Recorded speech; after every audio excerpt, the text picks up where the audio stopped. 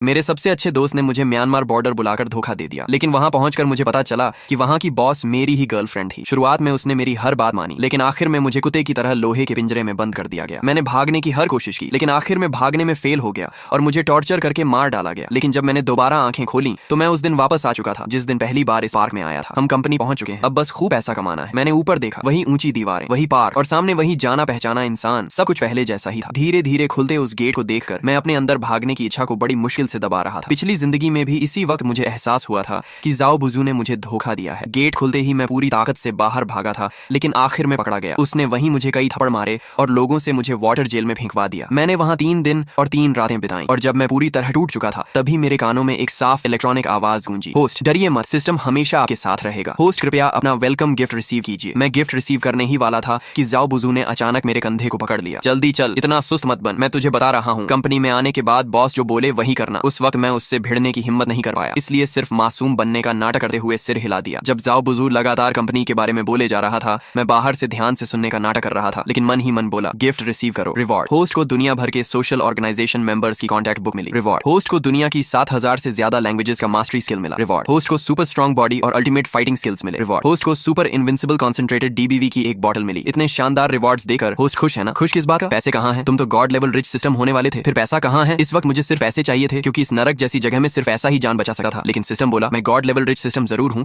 लेकिन बेवकूफ नहीं। पैसे आपको खुद कमाने होंगे, लेकिन चिंता मत कीजिए, जब तक मैं हूँ आप जितना चाहें उतना पैसा कमा सकते हैं। ये सुनकर मुझे थोड़ी राहत मिली। मुझे पैसा भी कमाना था और बदला भी लेना था। पिछली जिंदगी में जिन्होंने मुझे तकलीफ दी थी, मैं उन सबको ऐसी मौत दूंगा कि उनका नामो निशान मिट जाएगा। सबसे पहला नंबर जाओ बुजू का था। जल्दी ही मुझे ऑफिस में ले जाया गया। वाह, इस बार तो नया माल पकड़ लाए हो। ये हैं कस्टमर सर्विस डिपार्टमेंट के टीम लीडर जाओ देजू। ये इंसान अगर राख भी बन जाए तब भी मैं इसे पहचान लूंगा। पिछली जिंदगी में मैं इसके नीचे काम करता था, परफॉर्मेंस नहीं ला पाया तो इसने मुझे बहुत मारा था, लेकिन इस जिंदगी में मैं इसे इतनी आसानी से नहीं छोड़ूंगा। वे लड़के, तेरी नजरें तो मुझे खा जाने जैसी हैं। जाओ देजू ने हाथ बढ़ाकर मुझे पकड़ना चाहा, लेकिन रिफ्लेक्स में मैंने उसका हाथ पकड़ लिया और हल्का सा जोर लगाया। वो तुरंत चीख पड़ा, जल्दी छोड़, मेरी हड्डी टूट जाएगी। जाओ देजू ने मुझे मारने के लिए हाथ उठाया तो मैंने तुरंत उसका हाथ छोड़ दिया और डरने का नाटक करते हुए जाओ बुजू के पीछे छिप गया। तुम्हारी बॉडी इतनी कमजोर है क्या? मेरे भाई ने तो बस हल्के से हाथ पकड़ा था। तुम्हारा ये भाई आम इंसान नहीं लगा, उसकी ताकत से तो वो अकेले एक बैल उठा सकता है। ठीक है, ड्रामा बंद करो, इसका ज्वाइनिंग प्रोसेस पूरा करो और इसे एंटरटेनमेंट डिपार्टमेंट में भेज दो। एंटरटेनमेंट डिपार्टमेंट का नाम सुनते ही पिछली जिंदगी के डरावने सीन मेरी आंखों के सामने आने लगे। वो जगह असल में एक गंदा प्लेजर हॉल था जहां लोगों को पूरी तरह निचोड़ लिया जाता था और आखिर में उनका अंजाम पिग फार्म होता था। मैं एंटरटेनमेंट डिपार्टमेंट में नहीं जाऊंगा, मुझे कस्टमर सर्विस डिपार्टमेंट में जाना है। शेंगलिंग, क्या तुम पागल हो? एंटरटेनमेंट डिपार्टमेंट का सुपरवाइजर मैं हूँ। अगर तुम मेरे साथ रहोगे तो मैं तुम्हें प्रोटेक्ट कर सकता हूँ। मैं यहाँ हजारों किलोमीटर दूर सिर्फ बड़ा पैसा कमाने आया हूँ। सुना है कस्टमर सर्विस डिपार्टमेंट सबसे ज्यादा पैसा कमाता है, इसलिए मैं वहीं जाऊंगा। जैसे ही जाओ देजू ने सुना कि मैं कस्टमर सर्विस डिपार्टमेंट में जाना चाहता हूँ,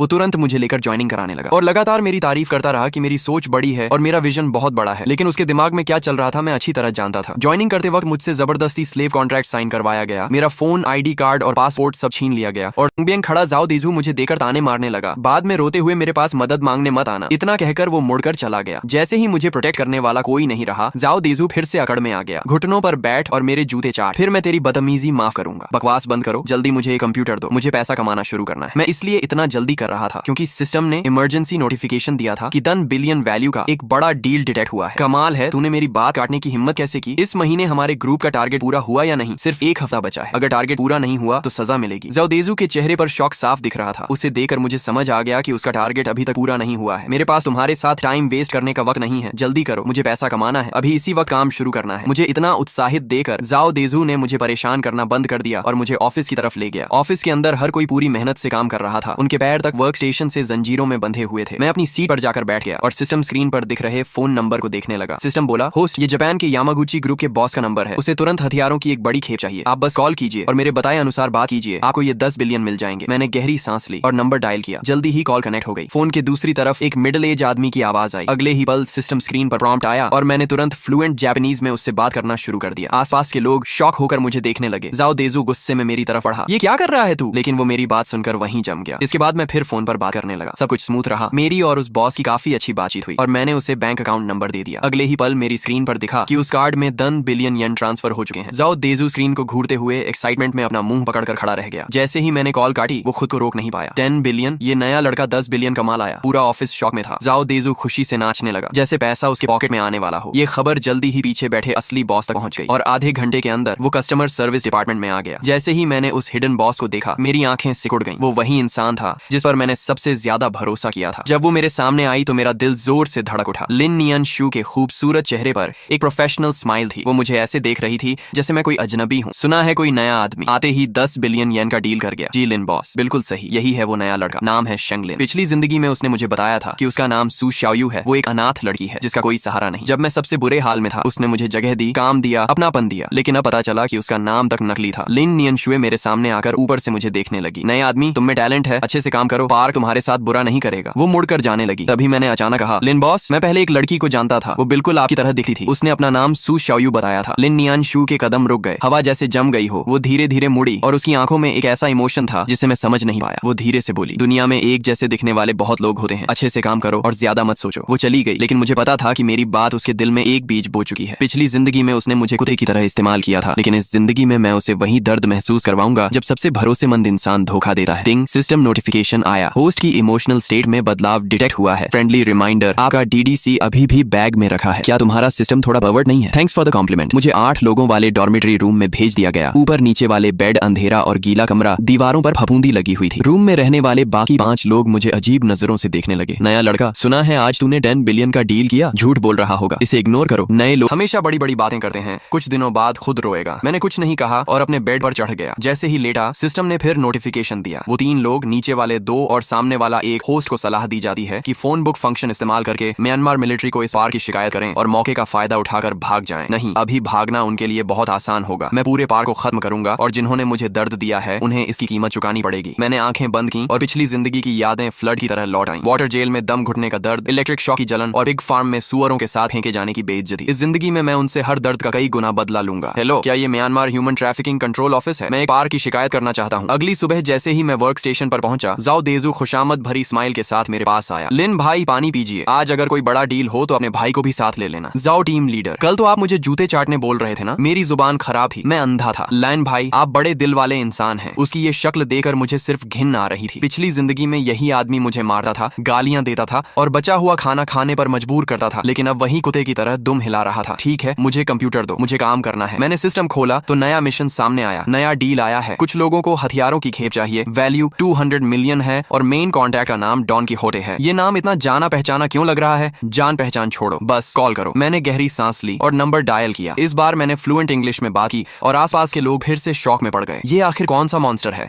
आधे घंटे बाद 200 मिलियन यूरो अकाउंट में आ गए और पूरा ऑफिस पागल हो गया। 200 मिलियन यूरो, हे भगवान! लेकिन मुझे पता था ये तो सिर्फ शुरुआत है। मैं इसी पैसे से इस नरक जैसी जगह में अपनी ताकत खड़ी करूंगा। 200 मिलियन यूरो वाले डील ने पूरे पार को हिला दिया और 1 घंटे के अंदर लिन नियन शू फिर से कस्टमर सर्विस डिपार्टमेंट में आ गई। शेंगलिन, मेरे ऑफिस में आओ। उसकी आवाज ऐसी थी जिसे मना नहीं किया जा सकता था। मैं उसके पीछे लग्जरी ऑफिस में गया और उसने मुझे बैठने का इशारा किया। तुम आखिर हो कौन? एक ऐसा इंसान जो पैसा कमाना चाहता है। कोई आम इंसान 7000 से ज्यादा लैंग्वेजेस नहीं जान सकता, ना यामागुची ग्रुप को जान सकता है और ना ही माफिया के साथ बिजनेस कर सकता है। लिन बॉस, आप भी तो सू शाओयू नहीं है? सही कहा ना? कमरे की हवा फिर जम गई। लिन नियन शुए का चेहरा बदल गया। अब वो खतरनाक लग रही थी। तुम आखिर जानते क्या हो? मैं जानता हूँ कि 3 साल पहले आप चाइना गई थी। वहाँ आपकी मुलाकात शेंगलिन नाम के आदमी से हुई थी। उसने आपको अपनी जिंदगी बचाने वाली समझा था, लेकिन आखिर में आपने उसे पिग फार्म में बंद कर दिया। लिन नियन शुए अचानक खड़ी हो गई। उसका चेहरा पूरी तरह सफेद पड़ चुका था। तुम आखिर हो कौन? मैं कौन हूँ ये इंपॉर्टेंट नहीं है। इंपॉर्टेंट ये है कि मिस लिन, मैं आपसे एक डील करना चाहता हूँ। लिन नियन शुए ने मेरी तरफ देखा। उसकी आंखों में पहली बार डर दिखाई दिया। कैसी डील? मुझे इस पूरे पार की मैनेजमेंट पावर चाहिए। तुम पागल हो गए हो? मैं पागल नहीं हूँ। मैं इस पूरे पार की अर्निंग 10 गुना बढ़ा सकता हूँ। मैं दुनिया भर के बड़े नेताओं को हमारा क्लाइंट बना सकता हूँ। मैं इस पार को अंडरग्राउंड से आधा लीगल लेवल तक ले जा सकता हूँ। इसके बदले में यहाँ हर फैसला मेरा होगा। मैं तुम पर भरोसा क्यों करूँ? मैंने अपना फोन निकाला और सिस्टम स्क्रीन खोल दी। उस पर अनगिनत नंबर्स दिखाई दे रहे थे। ये दुनिया भर के अमीर लोगों और माफिया बॉसेस के प्राइवेट नंबर्स थे। यहाँ तक कि तुम्हारे पार के पीछे छिपे असली सपोर्टर म्यांमार बॉर्डर आर्मी के जनरल मिन आउंग का नंबर भी था। लिन नियन शुए का चेहरा पूरी तरह बदल गया। जनरल मिन आउंग इस पार का असली मालिक था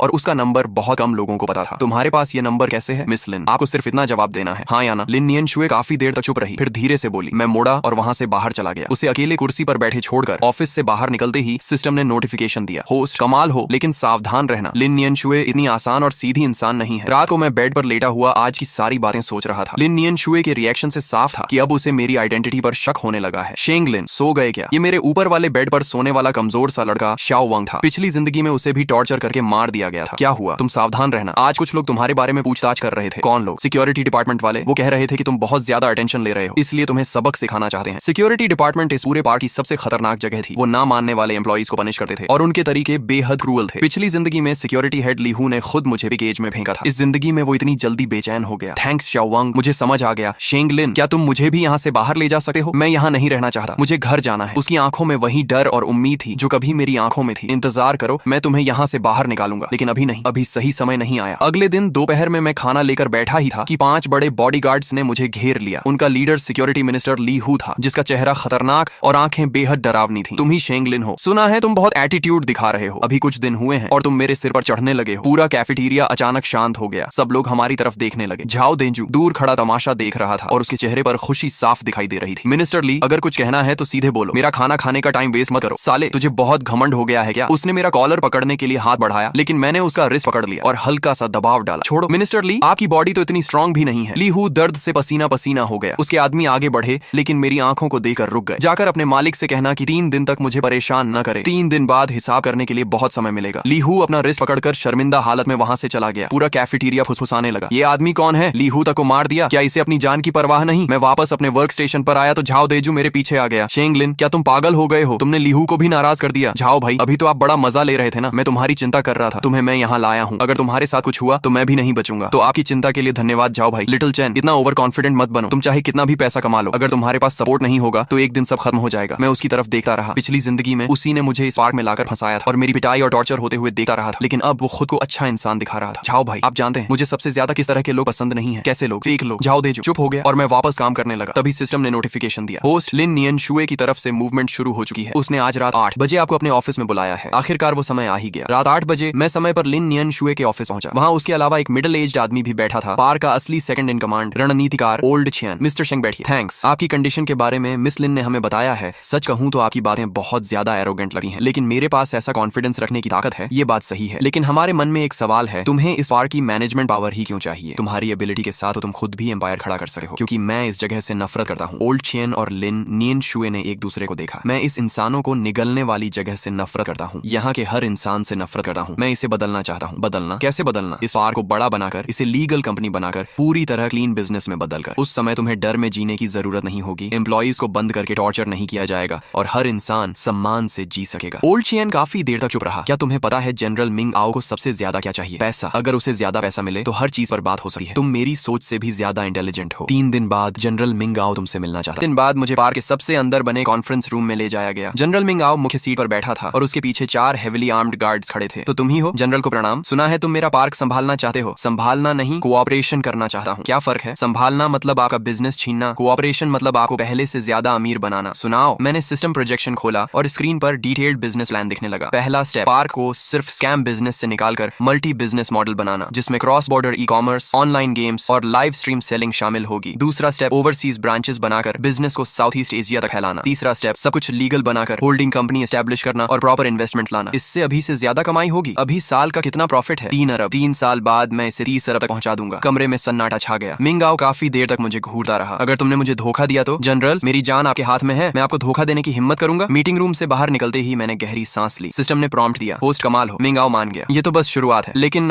होस्ट, आपने जो प्लान्स बताए क्या वो सच है? बिल्कुल सच है। बस फर्क इतना है कि आखिर में सारा पैसा मेरी पॉकेट में जाएगा। आपकी सोच डेंजरस है। वापस डॉर्मिटोरी पहुंचा तो शियाओ वांग मेरा इंतजार कर रहा था। शेंगलिन, बहुत बुरा हो गया। झाओ बुजू को मार दिया गया। क्या हुआ? उस पर गैम्बलिंग डेट था, चुका नहीं पाया, इसलिए ली हू के लोगों ने उसे पकड़ लिया। बोल रहे हैं उसे वाटर प्रिजन में डाल देंगे। मैं कुछ पल के लिए चुप रह गया। पिछली जिंदगी में झाओ बुजू ने मुझे वाटर प्रिजन में फेंका था। इस बार उसकी बारी थी। तुम उसे बचाने नहीं जाओगे? नहीं, लेकिन इस जगह पर सॉफ्ट हार्टेड लोग ज्यादा देर नहीं जीते। ऐसा कहने के बावजूद मैं वाटर प्रिजन के बाहर पहुंच गया। मैं उसे बचाने नहीं, उसकी हालत देखने आया था। लोहे की खिड़की से मैंने देखा झाओ बुजू गंदे पानी में गर्दन तक डूबा कांप रहा था। उसके होंठ नीले पड़ चुके थे। मुझे देखते ही उसकी आंखें चमक उठी। शेंगलिन, शेंगलिन मुझे बचा लो प्लीज। झाओ बुजू, याद है पिछली जिंदगी में मैं भी ऐसे ही तुमसे मदद की भीख मांग रहा था। क्या? शेंगलिन, तुम क्या कह रहे हो? कुछ नहीं, बस ये बताने आया हूँ कि कर्मा हमेशा लौट कर आता है। मैं मुड़कर जाने लगा तो वो पागलों की तरह चिल्लाया, शेंगलिन मैं गलत था, मुझे तुम्हें यहाँ नहीं लाना चाहिए था। मेरे बूढ़े माँ बाप हैं, बच्चे हैं, मुझे एक मौका दे दो। झाओ बुझो, मैं तुम्हें एक चांस देता हूँ। बताओ मुझे यहाँ कौन लाया था? लिन मैडम, लिन नियनश्वेन। उसने कहा था तुम्हारे अंदर वो चीज है जो उसे चाहिए। मैं सीधे लिन नियनश्वे के ऑफिस में घुस गया। वो फाइल्स देख रही थी। मुझे देखकर उसकी भौहें सिकुड़ गईं। किसी ने तुम्हें नॉक करना नहीं सिखाया? लिन नियनश्वे, मेरे अंदर ऐसी कौन सी चीज है जो तुम्हें चाहिए? उसके हाथ रुक गए। तो आखिर तुम पूछ ही बैठे। शेंगलिन, अब जब बात यहाँ तक आ गई है तो मैं सच पाऊंगी। 3 साल पहले मुझे खबर मिली थी कि शेंगलिन नाम के आदमी के पास एक सीक्रेट है। ऐसा सीक्रेट जिसकी कीमत दुनिया से भी ज्यादा है। कौन सा सीक्रेट? एक सिस्टम, ऐसा सिस्टम जो इंसान को कुछ भी करने लायक बना देता है। मेरा दिल जोर से धड़कने लगा। तुम्हें इसके बारे में कैसे पता? क्योंकि 30 साल पहले भी एक आदमी के पास ऐसा सिस्टम था, उसका नाम था शेंग तियान। मैं वहीं जम गया। शेंग तियान वो मेरे दादाजी का नाम था। मेरे पिता और तुम्हारे दादाजी पार्टनर थे, दोनों मिलकर सिस्टम की मदद से बिजनेस करते थे, लेकिन बाद में तुम्हारे दादाजी ने उन्हें बिट्रे कर दिया और सिस्टम लेकर गायब हो गए। मरने से पहले मेरे पिता ने कहा था कि किसी भी कीमत पर शेंग परिवार के वारिस को ढूंढकर हमारी चीज वापस लानी है। तो तुम मेरे करीब सिर्फ सिस्टम के लिए आई थी? हाँ, लेकिन बाद में मुझे पता चला कि सिस्टम तुम्हारे पास नहीं है, इसीलिए मैंने तुम्हें बंद करवा दिया ताकि शायद टॉर्चर से सिस्टम बाहर आ जाए, लेकिन तुम मर गए। वो इतनी शांति से ये सब कह रही थी जैसे किसी मामूली बात का जिक्र कर रही हो। तुम्हें पता है मैं कितनी दर्दनाक मौत मरा था? मुझे पता है, लेकिन शेंग लिन, इस जगह पर सॉफ्ट हार्टेड लोग ज्यादा नहीं जीते। ये बात तुमने खुद कही थी। मैं अचानक हंस पड़ा। तुम सही कहती हो, इसलिए लिन नियनशुए, अब हमारा हिसाब बराबर है। अगले 1 महीने में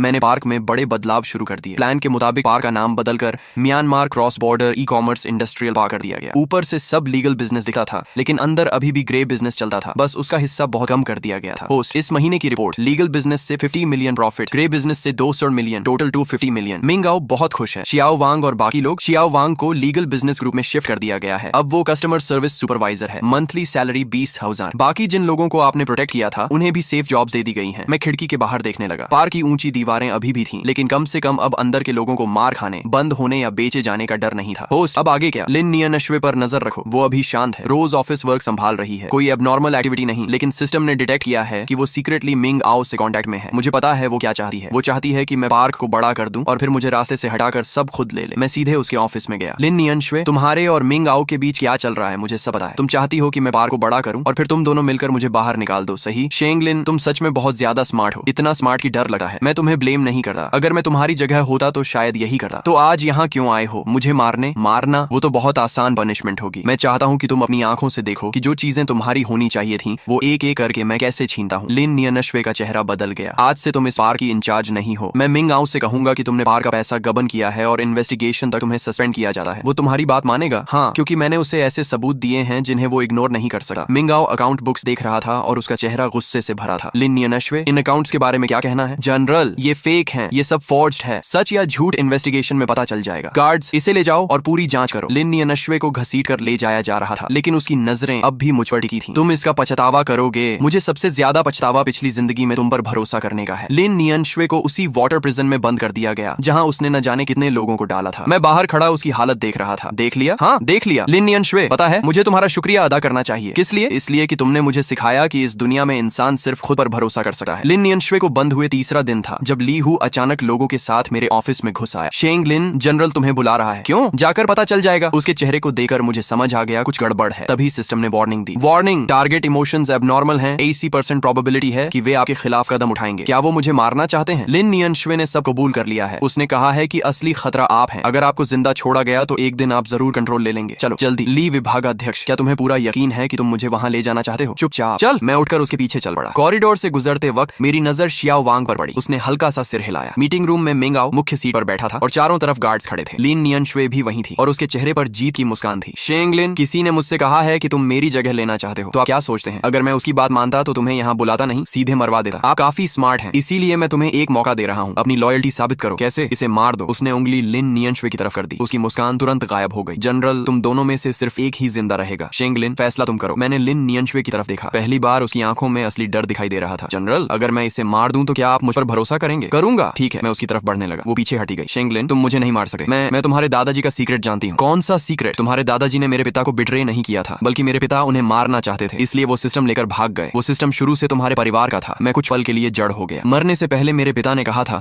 कि शेंग परिवार के वारिस को ढूंढकर सिस्टम वापस लाना, इसलिए नहीं कि वो उनका था, बल्कि इसलिए कि उन्हें डर था शेंग परिवार उनसे बदला लेगा। पुरानी बातें मुझे इंटरेस्टिंग नहीं लगती। जनरल, मैं इसे मार सकता हूँ, लेकिन इसके बाद आप मेरे साथ क्या करेंगे? सच कहूँ तो तुम दोनों में से किसी पर भी मुझे भरोसा नहीं। मैं हंस पड़ा। जनरल, आप सच बोलते हैं, इसलिए मैं भी साफ कह देता हूँ, मुझे भी आप पर भरोसा नहीं। जैसे ही उसकी बात खत्म हुई, बाहर अचानक अलार्म बजने लगा। एक गार्ड भागता हुआ अंदर आया। बुरा हो गया, बाहर मिलिट्री कॉन्वॉय आ गया है। मैंने खिड़की से बाहर देखा। दर्जनों मिलिट्री ट्रक्स पार्क की तरफ बढ़ रहे थे। उन गाड़ियों पर म्यांमार सेंट्रल गवर्नमेंट का झंडा लगा हुआ था। जनरल, मैंने कहा था कि 3 साल में आपको 3 बिलियन कमा कर दूंगा, लेकिन मैंने ये भी कहा था कि मैं इस पार्क से नफरत करता हूँ, इसलिए मैंने आपकी तरफ से एक फैसला कर लिया। पार्क को म्यांमार गवर्नमेंट को सौंप दिया, बदले में स्पेशल पार्डन लिया है। वे हम सबको मार देंगे। नहीं, मैंने सारी कंडीशंस तय कर ली हैं। अगर आप पार्क सौंप दें, सारे सबूत दे दें और इन्वेस्टिगेशन में कोऑपरेट करें तो आपको सिर्फ 3 साल की सजा होगी। उसके बाद विदेश जाकर सेटल हो सकते हैं तुम, क्योंकि अब आपके पास कोई और ऑप्शन नहीं है। पार्क का बड़ा गेट धीरे धीरे खुला। सेंट्रल गवर्नमेंट आर्मी अंदर घुस आई। सारे एम्प्लॉइज को मैदान में इकट्ठा किया गया। हर किसी के चेहरे पर डर था। सभी लोग ध्यान दें, हम म्यांमार गवर्नमेंट फोर्सेज हैं। इस वक्त से यह park official officially government control में है। यहाँ मौजूद सभी एम्प्लॉइज को उनके घर वापस भेजा जाएगा। भीड़ में जोरदार शोर मच गया। शियाओ वांग भागकर मेरे पास आया और मुझे कसकर पकड़ लिया। शेंगलिन, हम बच गए, हम सच में घर जा सकते हैं। हाँ, घर जा सकते हैं। मैंने भीड़ की तरफ देखा। मुझे झाओ बुझू दिखाई दिया। उसका पूरा शरीर भीगा हुआ था, लेकिन वो बच्चे की तरह हंस रहा था। ली हूँ जमीन पर सैनिकों के नीचे दबा पड़ा था। उसका चेहरा पूरी तरह सफेद पड़ चुका था। झाओ देजू कोने में बैठा कांप रहा था। मिस्टर शेंगलिन, कोऑपरेशन के लिए धन्यवाद। अग्रीमेंट के मुताबिक अब आप जा सकते हैं। Thank you. मैं पार्क के मुख्य गेट से बाहर निकला और पीछे मुड़कर उस ऊंची दीवार को देखा। तेज धूप आंखों में चुभ रही थी, इसलिए मैंने आंखें हल्की सी कोड़ ली। कांग्रेचुलेशंस होस्ट, आपने फर्स्ट स्टेज मिशन कंप्लीट कर लिया है। रिवॉर्ड के तौर पर इन 100 मिलियन आपके अकाउंट में ट्रांसफर कर दिए गए हैं। System, thank you. You're welcome. System baby भी होस्ट के साथ मिलकर बहुत खुश है। लेकिन होस्ट, अब आगे क्या करने वाले हैं? घर वापस जाऊंगा। लिन यानश्वी की बात बार बार मेरे दिमाग में गूंज रही थी। सिस्टम शुरू से तुम्हारे परिवार का था, आखिर दादाजी के साथ क्या हुआ था? उनके पास सिस्टम कैसे आया और वो अब कहाँ है? होस्ट का नया लक्ष्य डिटेक्ट हो चुका है। सिस्टम अब होस्ट को